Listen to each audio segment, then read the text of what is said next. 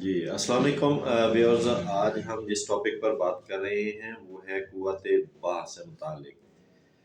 قوت باہ کے لیے یہ بہت ہی عمدہ جو ہے وہ تحفہ ہے، بیش بہا اضافہ کرتا ہے یہ قوت باہ میں، اور دیکھنے میں یہ بالکل عام سا اور معمولی سا نسخہ ہے، لیکن اس کے جو فوائد ہیں وہ بہت ہی زیادہ ہیں۔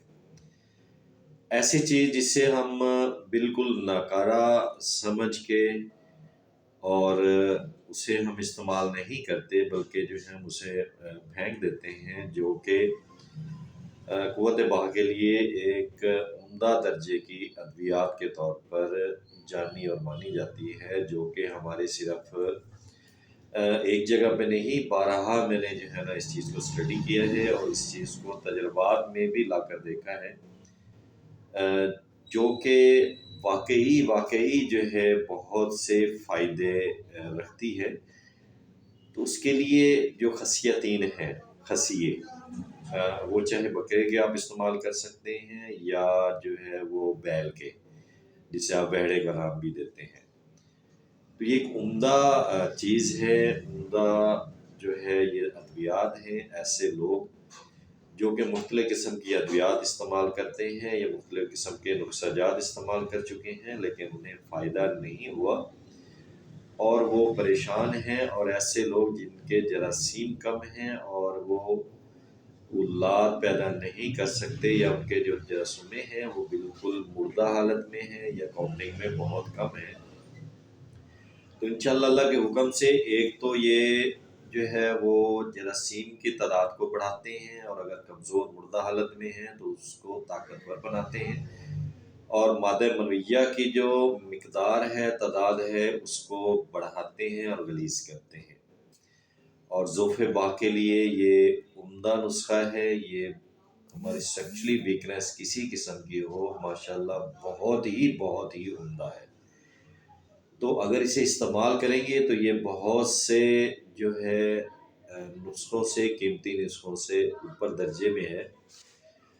مکروہ ہونے کی وجہ سے لوگ اسے استعمال نہیں کرتے، یا کچھ لوگ کہتے ہیں یہ حلال نہیں ہے، لیکن ادویات کے طور پر آپ اسے استعمال کر سکتے ہیں، کیونکہ ادویات کے طور پر یہ شفا کے لیے آپ ایز اے ادویات میڈیسن اسے آپ استعمال کرنے میں کوئی حرج نہیں ہے، آپ اسے استعمال کر سکتے ہیں۔ تو اس کے لیے آپ کیا کریں، خصیتیں لے کے تازہ انہیں صاف کر لیں، چاہے اسے آپ باربیکیو کی طرح آگ پر پکا لیں یا اس کا آپ سالن کی طرح پکا کر استعمال کریں، تو دونوں لحاظ سے ٹھیک ہے۔ یا اس کے لیے بہترین نسخہ ہے، اگر ضعف باہ کے لیے اگر آپ استعمال کرنا چاہتے ہیں تو ضعف باہ کے لیے آپ کچھ خصیتیں آپ 2 یا 3 عدد جو ہے وہ لے لیں۔ لینے کے بعد کیا کریں، اسے آپ کوٹ لیں، کوٹنے چھاننے کے بعد آپ اسے کیا کریں، آپ اس کو بیٹھ جائیں، بیٹھنے کے بعد کوٹ چھاننے کے بعد اس کو اچھی طرح جو ہے آپ مسل لیں۔ مسلنے کے بعد آپ کیا کریں جی، اس کے اندر شکر وغیرہ یا مصری وغیرہ مکس کر لیں۔ مکس کرنے کے بعد اسے آپ ہاتھوں سے اچھی طرح مسل لیں۔ مسلنے کے بعد جب دیکھیں اس کا پانی نکل آیا ہے تو نکالنے کے بعد اسے نتھار لیں، اس کے چیچڑے وغیرہ ہیں اسے نکال لیں۔ نکالنے کے بعد اس پانی کو آگ پر رکھیں۔ آگ پر رکھنے کے بعد دیکھیں جب وہ خشک ہو جائے تو وہ پاؤڈر کی شکل میں آ جائے گا، تو اس پاؤڈر کو آپ علیحدہ کر کے اپنے پاس رکھ لیں، اور رکھنے بعد 2 سے 3 ماشا جو ہے نہار منہ آپ جو ہے نا وہ استعمال کریں۔ انشاءاللہ اس سے بہت زیادہ فائدہ ہوگا اور قوت باہ میں بہت زیادہ اضافہ کرے گا۔